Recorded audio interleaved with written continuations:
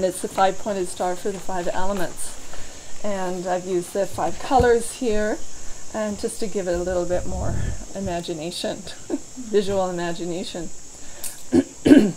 So let's start with the metal, because the breathing is the flywheel for all our energy. Yeah, so it's very important. Like the healing sounds, we start with the lungs. Yeah, go and get that energy moving with the breath. So I put an axe here because the metal cuts the wood. And then imagine these roots of the tree break up the stuck earth.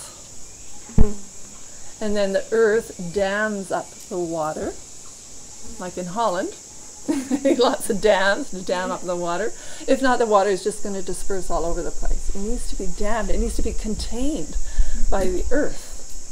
And then here, the water puts out excess fire. It's all very natural, but when you, it's like, aha, I get it, you know. It's all very, very natural intuitions. And then here, the fire melts the metal. Yeah, so let's go through that again. We can say it. Metal chops the wood. Wood breaks up the stuck earth. The earth dams the water. The earth dams the water. And the water puts out the fire. The water puts out the fire. And the fire melts the metal. Fire melts the metal. Yes. It's a control cycle, or sometimes called destruction cycle. So it's a very important cycle for healing. And I'll just do a few emotional kind of examples here. I like acting it sometimes, you know, having different people to act different things. But we can just imagine it like a movie for now. So here we have a very impatient person from New York, and they're constantly looking at their watch at the subway, and I've got so much to do. They're very hasty and impatient. So here comes someone from British Columbia who's really, you know, very at ease and calm, and then meets them and says, what are you so hurry about, you know? Just chill, relax, you know. So this person starts to calm down, calm this person's heart down. And then here we have a very sad person, a depressed person. And then we have a very cheerful person with rosy cheeks and sparkles in the eyes, and they come over and they give this person a hug and say to them, look, it's a beautiful day. And they cheer up this person out of their depression and sadness, yeah? With lots and lots of love and happiness. Yeah? You see, it's very natural. And then here we have someone who is very clear, has a lot of direction in life. Metal has a lot of direction.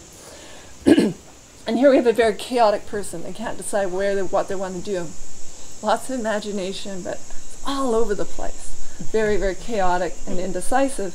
So here we have someone who has a lot of direction and just points them out. Well, you could just go there and put your energy there. Notice how that feels. Oh, and then all this energy pours into creativity with just that little bit of direction here from the metal. Here we have someone who is in scarcity mode. They never have enough. They're always hungry. Yeah. I never have enough money. Yeah. And here you have a very kind and generous person who comes over and gives them some food, or gives them some money, gives them kombucha. And this person starts to really relax all those holding patterns that, I'm never going to have enough.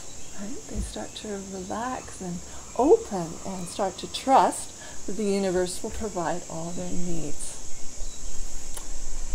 And then we have here someone who's very afraid, and they're shivering and they're cold. And here we have the mother, the empathy.